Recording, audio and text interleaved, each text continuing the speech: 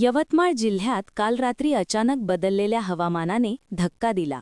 जोरदार वादळी वाऱ्यासह विजांच्या कडकडाटात अवकाळी पावसाने हजेरी लावल्याने शेतकऱ्यांच्या तोंडचा घास हिरावला गेला आहे. काढणीसाठी तयार असलेला गहू अक्षरशः आडवा पडला असून मोठ्या प्रमाणात भिजल्याने पिकाचे मोठे नुकसान झाले आहे.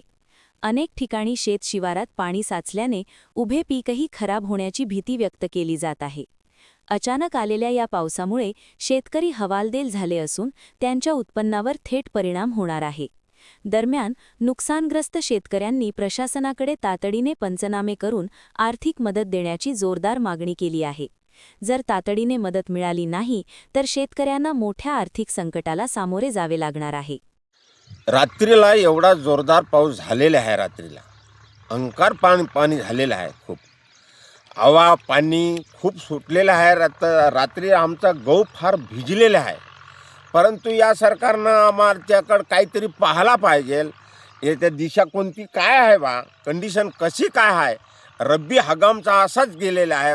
याच्या आधी आमचा पाण्यानं सारा भिजलेला आहे. त्यानं भिजून बी आम्हाला कोणत्याही गोष्टीचं काही, आता आम्ही काढलेला माल आमच्या मार्केटला जातो असतो, मार्केटला आम्हाला भाव भेटू शकत नाही.